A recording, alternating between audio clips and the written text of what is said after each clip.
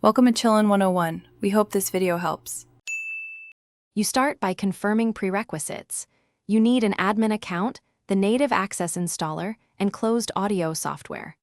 Once done, run the installer and grant required permissions so the system can write to application folders.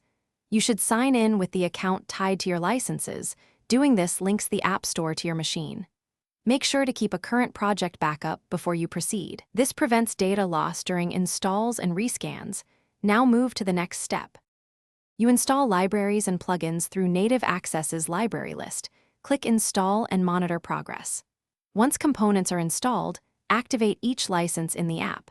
Activation confirms file integrity and enables content. After activation, restart your DAW to let it detect new plugins.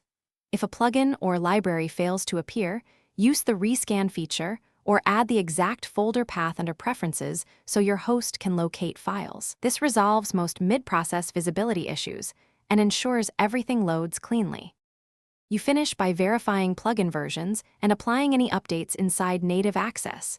Keeping versions current avoids compatibility glitches. Next, confirm file and folder permissions. If something won't install, run Native Access as admin and retry because permission errors are common.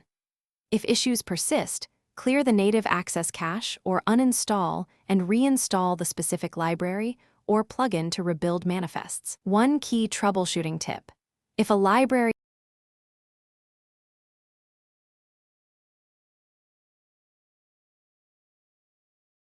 Thanks for watching. Consider subscribing if we helped you.